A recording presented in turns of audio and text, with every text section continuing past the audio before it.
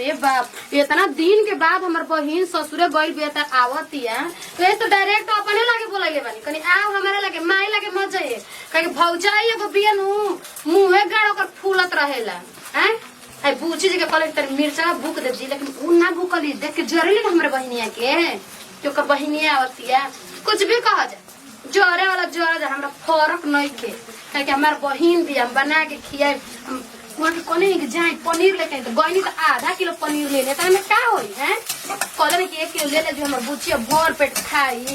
पहले बना के अपन बहिन के दे दे खाए के ओकरे बाद कोने खइया जे जे हम खइया जा हमरा फेर नहीं के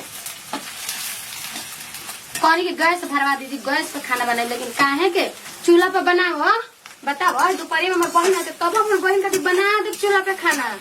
ऐसा बात थोड़ा ना बा बुझा तब जल्दी से फिर पनीर डाला अब बनाई मक्या को जल्दी पनीर हो जोर गई हटे ये ता हम तैले बानी कैसे पहली बार हमर बहिन आवते तो टाइम ना लुसुर लुसुर कइले से हो की हैं ओकरा आवे से पहले हम बना के धो दे आ पानी में सब करके धइले छेना मंगल बानी कई का आई त हमर बुचिया के बड़ी पसंद है पता नहीं ओकरा ससुरा में देत होय सन लिया के कि ना देत होय सन बोला था क्या दूर ना अभी नहीं सभी तो फोन कर ले बुचिया कहते कि ये दीदी गाड़ी धरता नहीं जा गाड़ी धर ली तब न तो जल्दी अब टाइम लागी उनके आवे में आजी मम्मी जी तनी और 2-3 गो मिर्चाई लाई जी हमर बुचिया के चटक पसंद हटे यो बुढ़िया ना एकर जनाता ना कि एकर भार पड़ गेल बा हमर बहिन आवती है तो देख के एकदम अथु हो गइल बिया अबे आइल ना हमर बहिन त ई हाल कइले बड़ी का चिचिया त हो अरे कोनी की मिर्चाई 2-3 गो लेते हैं बाप रे बाप जब ले सुनले बिया ई मेहरानी के बहिन आवते तब ले बुझाता कि धरती पर पैरे नहीं के तारा बड़ा भइल बई हो हम तेल जलाला हो हमारे बात सुनी रौरो तो लइके आइली सन त धरती पे पैर बना रहला हई बना द हौ बना द पुआ छन द पूरी छन द मुर्गा बना द रौरो तो कइले रही ना बुझाता नु के पानी में बनाओ त ओइसे बुझाता के आधा किलो तेल लेके हली गले रो पनीरे बनावे में ना हई पावर तेल लियल बारी इतना हम बच्चा यो दल बन तले आधा किलो का अच्छा हो में के तेल का हो गई तेल का खाली ओकर से बिगा गइला हे में के देखावल जाता पी गई हम पी गई रोनी बुझाला के दहिया चावल ना सुबह सुबह सुनाला के हमरा होई गइल बा हो गइल बा एबे बहिन आली त बुझाता तरबराई बा उ हैं काहे घी आदि का पिया दी का घी पिया त घी रवा देख हमर बहिनी के जरूरत नहीं ये तो कुंवारों में उतरे तो देख के जरते रही अबे तो पहली बार ससुराल से तब देख के जरते बनी का ही तई में जाए के बा जन बियाह हो गइल लड़की के उही तई में त घुमल निमन ह राउर लड़किया काहे के हो जी डाके ली जरा लड़की ना जले जन हमरा लड़की ना जले ठीक नु लड़ी मत हमारा से मम्मी जी बता देत हई दास नु खूब हम लगाते त हमरा त लागल ना चाहिए ना हो हम झगड़ा के बुझा त बाप रे बाप जेका किन के ले ओकरा नु पता चलता हो हौ तेल त बुझाता के पानी बनले दिए मेहरानू हम देखी मम्मी जी झगड़ा के मुंड में नहीं कि कह देनी एक बार ना झगड़ा के मुंड में नहीं कि हमरा से झगड़ा मत करी हम चुपचाप बनाते नहीं का रोटी भुंजिया बना देबो त ना खाई हन ना रोटी सब्जी बनाबो त ना घोटाई अही ए भगवान जी ओ तना दिन के बाद हमर नौका कल बहिन आवती है हम रोटी भुजिया खियाई ना का कहे के मतलब के जदी रहे तदी निके बाद बनी आज पनीर के सब्जी बनाई काल मुर्गा बनाई ओकरे बाद मछली बनाई ओकरे बाद सब चीज बना के खियाई हां त धान में आ जोर के जोर हमरा फेर नहीं के मिलल नहीं त का बहिनिए केहनुआ के गेहूं के पेट भरी बुझाता के आवेली नु त महीना दिन ठेका के जली कौन मतलब हइए हो ही ना ता के मतलब सांझे अनि सुबह गोइनी रौरा 15 दिन जे रौरा बेटी का पेट नहीं भरते तबे ना भागल आवेली जाय जी के काहे के हम त बाई उहत न माई भी जाए त निक लागी बहिनी की ना सो भेला काहे के मैं के न जाई हमरा ही के नहीं आई रौरा के दर्द होता हो खो हमरा फेर नहीं के हमार मरद कमा त रौरा नहीं कमा आई बताओ त हाथ में जीरा मर्च पिसाई बगे आई निकाल के महंगा बगे जीरा मरीच बुझाता के पाव भरे आवत 15 दिन में खत्म हो जाता ये 15 दिन जो दिन हमार बहिन रही ना तो दिन मुंह मत खोला बता देते तो कर सामने हमरा के बेइज्जत कइनी नु हमरा के जान दे के हमर बहन नोई आवत हो हमर बहन नोई आवत ना कच्चा कच्चा कइनी नु मम्मी जी त भुलाइयो जे कि हमर सास हो ई हो जान गई हां अब आवत त काहे का मतलब तो जन मन तो रोज बनते रहे 10 दिन रहे तो 10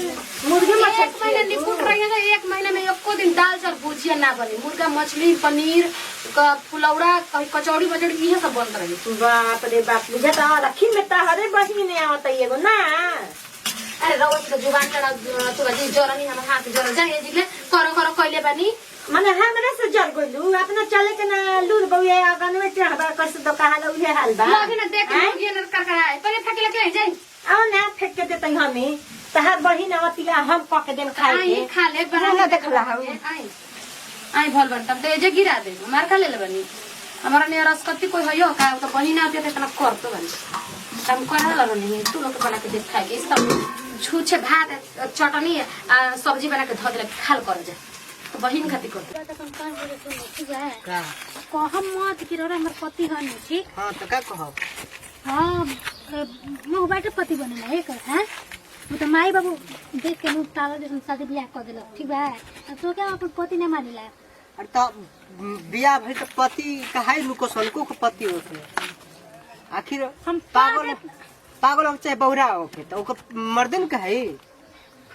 हम तो तारा के मेहरानू मानिला अपन हां ना ले तरह के मर्द अपन समझ में आइल है तो का हो जब सिबिनु तू हमरा के मैडम मैडम बोली हटी बनू है कि मैडम जी पता चली कि हमर बॉयफ्रेंड अपना बॉडीगार्ड के साथ माइल बनी थी बा हां हां माने तारा के हम मैडम मैडम कही आ हम बॉयफ्रेंड तार बनी ना मत से शादी करके मत किस्मत तो सही खराब होकर बैठ गए देख लो अगर चाहता हो कि तलाक के नाम सुनने बड़ा तलाक के हां हो जाई तो हम देबे रे तो कैसे हो जाई ना ना न होई एगो खाली मेहरानू के रात चली मर्द के कहा गुल रात आय हाय बड़ा लच्चा लबर बना है तो हर रात चली देखो तनी अगर कह देनी अगर मुझे पता चले कि तू हमार मर्द हो न तो हम देख ले तार का करम मेहरानू मिल गए अपना 41 में केहू कही ना अपना 41 मेरा रुक आई बानर से मर्द कैसे मिल गई अब बानर है चाहे अनहर है मर्द मर्दे है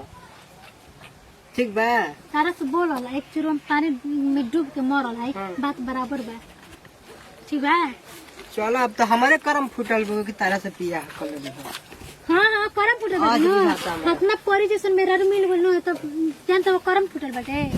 परी वाला ही भी तरी मिलते नहीं तो कहा काम मेहरानू कौन काम के मेहरानू तारा से बातें कल नेर बाटे देखो घर नीचे का गोल भैया ये ला है अपन रहल चल सुधार ली हो ना तो हम बाद में सुधारे लगम न तो मत कहियो अब चल अब तो सुधारे के न पड़ी अब मैं चलो एगो टेढ़ रही एगो सोच रहे के चाहिए नो टेढ़ भाई तो सोच रही जितनी हम ये चल हां चलो बोल दीदिया दीदिया दीदिया अरे आग लिस्का रे बुचिया बोला तनी अरे गोड़ मत लग गोले पता बा तोरा खातिर हम केतना खाए पिए सामान बनैले बानी अरे हम जाना तनी दीदी बुझाएगी गोले ही लगबी कि घरों में चलबी से आ घर बैठ के बात कर ली प्रणाम जी पाहुन होली ना ना ना ना ना ना ना बाबा ये हमार बॉडी है अच्छा पाहुन के ना ले ले इसे कहां रहोगी पाहुन खोल कर देखो अरे ना ना अब पाहुन उनके के नहीं निकलियो ना है कि अब जानता दीदी उनका पे हाथ ना काम उनके बोझ बटुए हैं तो वो ही तई घूमन काम चली अच्छा जा कोनो बात नहीं बॉडी गार्ड के बाद साथ विदा कर देला हां कोनो बात ना पाहुन नहीं तो तू आगलिस न बॉडी गार्ड लेके चल चल तोरा खातिर देख का बनल बनी रे बुझे जानता है सुबह से लागल बानी बनावे करे में के पर बुचिया आती है खाई पी एकदम तो जान दे न तोरा के काची काची को पसंद इतना प्यार करलिस रे दीदी आते हमारा तो से बहिन के करबै तोर नु हनी रे एक दिन पसंद देख दीदी पहले हमने के दूर रही ले बाकी हमने के दिलवा और शरीर सब एक के हटी ना वो तो जानते बस तू चल बैठ के बात कर जी चल बताओ हो बाकी कुछ भी कितना बढ़िया मरती दिए भी है कतना निमन से ख्याल रखा थे दादा उतना तो हमार माइयो ना रखे ले जीवनी कदन तेनी बना बना के खियावती बुझा लगे तो पेट भर लही रहता टिए कुछ भी कहते नहीं दीदी मन करता खाए के फट देना बनावत भी है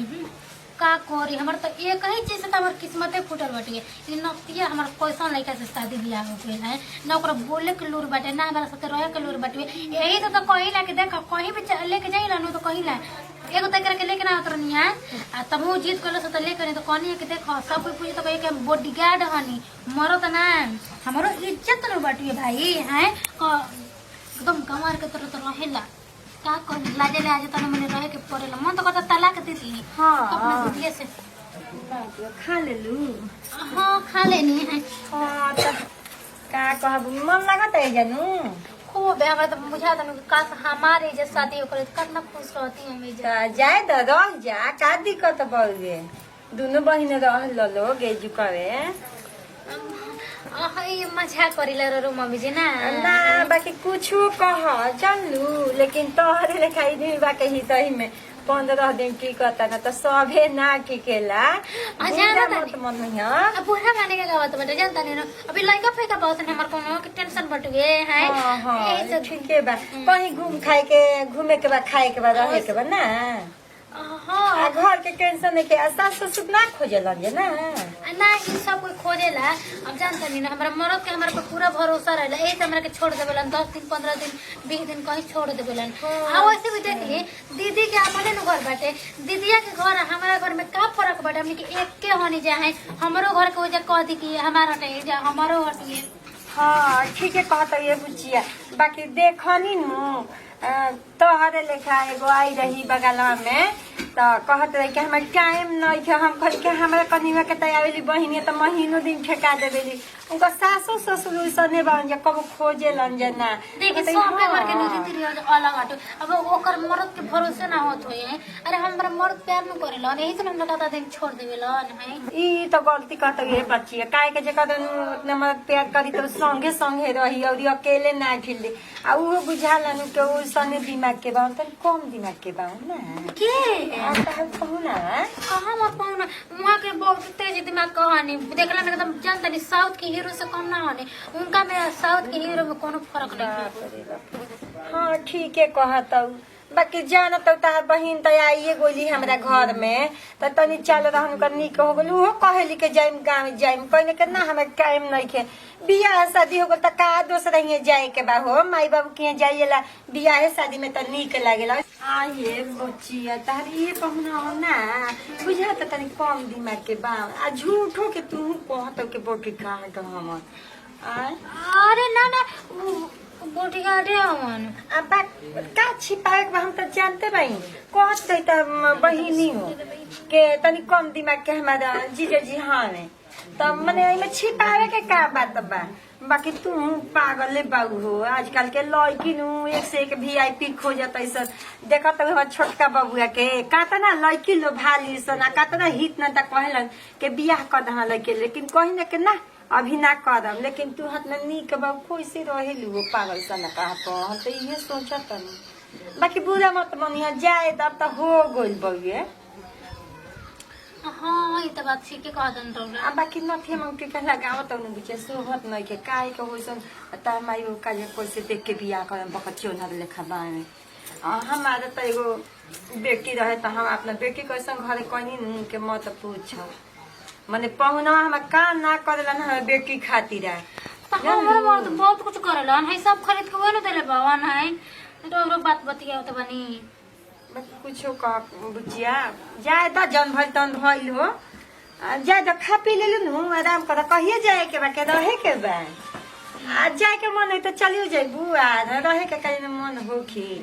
अब कोई घरे ना खोजे तो रहियो जाए एक दो दिन आ निकाह रहबू 10 दिन तो बढ़िए बा जन लू मत जनिया के मम्मी जी कहत है के जा हम जाए के नहीं कहत गहम बाई भीरी जन लू रतिया में कहनी के चलती जा 3 आदमी तो हाथे पाथे का क्या जाए ना जी जान तनी काहे जाइम काले बोर हो जाए बोलाओ तो ओ जब तो बात कर रहा ना चल कनी में कहते हैं बुचिया रही अभी रही हम पाहुन रही हन तो रह गाँव में का जी तो जाई ह तनी बहनी के यहाँ आए लेकिन तो काम धंधा करवा देला वही के आदमी तनी नाव ले बेला के आई रही तो दूगो काम करवा के एगो गोइली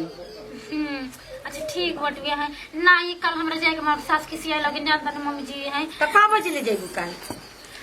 हाँ भोरा चल जाइम ना खाओ के जाई ह के ले आतई 12 बजे लिया के चल जाइम त भोरा हरिये ले का जाई आ तब अपन खाओ के जाई हन हो ई देखो हो कोई हुस खेला हो आके जी का डेरा गंगे गल्ले बैनी के जब उन खाते बम कटवाइए के तब भेजम हो जा तब फ्री के नहीं खे धले जी का पनीर आ मुर्गा रोज रोज बनता आई तनी खर्चा लगता हो कोई कहला गोइला में हम करे जा हेलो हाँ मई अरे हाँ रे लिया एक तो कहते कि चल ही जाते नहीं कि आ बाबूजी कैसन क्यों ना आखिर देखले रह रे आए ऐसा लड़की शादी करा दिला हमरा के जब से बियाह भइल तब से अंगूरी पे नचावती है हेजा चल तनिको ओकरा का हम कोई बियाह करके तो हम पछता तनी कि ऐसा लड़की से शादी ना कर चतरा गंजन कर पहले तो घुमक्कर भी कुआरे के हे ही तई हो ही तई घुमतिया बिया हो गई तब हमारे घुमतिया। कहाँ बड़ा हो हाँ हैया आ बोली दे दे रखबा के ना तू फोन में रुक रे माई रुक रख तनी रख फोन। गरम मिजाज के रहता हमेशा। ए बतावा तेरे के कॉलेज से बतावे के ना है कि बुढ़िया से है कि हमारे साहब मतलब तू हमार मरद हो। हम कब कहनी है का कोनी है साला बिना कॉलेज में कहत बड़ी ना जाने कतना बात बोल के हंस गोलिया हमरा भी तो का कही मने अब जानते की क्या न का हनी हम तहार का चाहत हो तू का बोला का चाहत हो अब तो कोनो चीज ना समझी बने हाथ में सहनी नो अब एको बात नहीं सह सक। अरे दीदिया क्या हला कइलिस रे का भाई सुन तर जरूरी बात करे के बैठी कि अहे बट तोर बॉडीगार्ड के का तो माथा चढ़ा के बैठे सुनी बात बॉडीगार्ड ना हटे। अरे सुन तो पहले बतिया हां हटा हो पहले हटा बैठ बैठ मार के भगावा हां बॉडीगार्ड हो तो बॉडीगार्ड में हमें किनारे बैठा तो बोल बॉडीगार्ड ना हटे हां नतिया में मरद होते ई का कहत है रे अब तन तोरो हार्ट अटैक है असई जब नु दोसर का हम ठीक नहीं की का दोसर लड़का देखा के हमारे से छल से शादी कैले बड़ा समझल ली सुन ले एक बात अब हमार दोसर लड़का जब खोज हमार दोसर लड़का से बियाह करम नतिया से तो हम ना रह सकीला। अरे झूठ बोल के परेशान हो गल बानी जानता ही सबके भी कही लगी बॉडीगार्ड हम तोरे भी कैसे लादे ले आते कह देनी कि हमार बॉडीगार्ड हवन है कि हमार मरद है। ई झूठ बोलती छल से ना ई शादी भइल बा गल से आ ये है जा के अब हमरा के हमरा मन खराब बनी कथी ठीक है नहीं बड़ा हमार बहिनी नहीं बड़ा हो तू हवा में बार कैसे उठिया दे दोनों बहिने उहे ए चुरू के है देखला है से बढ़ाइले बाबा दोनों बहिने उहे बैठे का रे दोनों बहिनिया के बात करता रहा पहले दू अलग अलग हैं लेकिन एके में जान पराना सब कर इतना जान जी हो तब का मन कह चाहत बताओ ना कहल ये चाहता नहीं तुझे तू टेंशन मत ले हमार तोर बहिन जिंदा भी है जे हम मर जे तहिया तू रोई है तो रोए वाला दिन देखाए छोटका ससुर का अपने कर टेंशन कोई इस तरह पीछे हाथ धो के पड़ल बानी वो है टुकला छिया तरी बुझाता कि हम का कितना दुख देले बानी। अच्छा चुप रहा ना तू बोलबे मत कर सुन ना तो पहले का बॉयफ्रेंड हो अभी तैयार में बियाह करे खातिर तोरा से बात करे लगा फोन करना हमारे लगे अरे बोल जानते तू कहलिस नु कि ए दीदी के करा के कॉन्फ्रेंस कतना करते रवाई बड़ी छूट कतना रवाई छूट अबे कन तनी सुकून मिलल जानते ही सब तू अपन बैग उठावा बोरे बिस्तर बांधा निकल आ जिक से इना जी हां ना का है ना जाइए अब हमार सर बियाह करो तनी के बॉयफ्रेंड लगे जाए अपने वजह बियाह करो करे से बियाह करो ला अपन मंगलसूत्र लेके जा तूर दे तूर के तू हम नहीं दे दे तनी कोई सन बेइज्जती इतना बेइज्जती करती सर भाई मत दिए झुमका मत दे हाई थामो अपन मंगलसूत्र आ जाके कोई के गला में डालल कर ठीक बा हमार बहन आज ले आजाद आजाद तोहरा का दे लगा दे कना में दे ई हम देले रही हुआ और बुचिया अरे जब मरी तब तक के मंगलसूत्र निकाल दो तलाक दे दो ई का जयबा जी जयबा के गांव के लगन से मारवाई हम अच्छा ठीक बा जा तनी ऐसे सब को जाना था कि तू बड़ा बॉडीगार्ड बड़ा लगे सब तू जब पीटे तोहरा के जाए दे बुचिया माई पूछे ना कह दे मर दे छोड़ के भाग कर अरे दीदी तोरे संभाले के बाद हम संभाल ले ते हमरा सब का बात इतना है कुछ बनवे। पहले बारी जान जो लोग को दिल के बात हम बताई रहे तो तोरे से बताईला ना तो हम का करी अपना मन में दबावले रहे इ नती से तो रहे के ना मन को तो जान ये थाई अरे पहला दिन तो जब चलाई न कि हमर मर्द टाइम पलके में से ढकेल देनी सबके ठीक होई हां सुन बार हेती को तो बोटले बा तोर गोड़ो के बराबर होई कि नहीं होई आ चल उकुल बात छोड़ चल पकौड़ी छले बनी खो खुशियाली दीदी जान दे ओकर दुख तो भइल हटुए बताए मैं तोरा के अभी वो जाता हमरा खुशी मिल गेला जब ते हमरा के बतौली है सब चल वो बे जो होता चल उठ बे वो जिंदा बा उमर की तब सोचिए कोई के बारे में अरे दिया सड़िया खोल दी का सूट पहले से अरे सूट कर चल तो के बाजार ले जींस पहन ले ओढ़नी के तरफ को के आप पता लेता नहीं है चल जींस किन तोरा के चल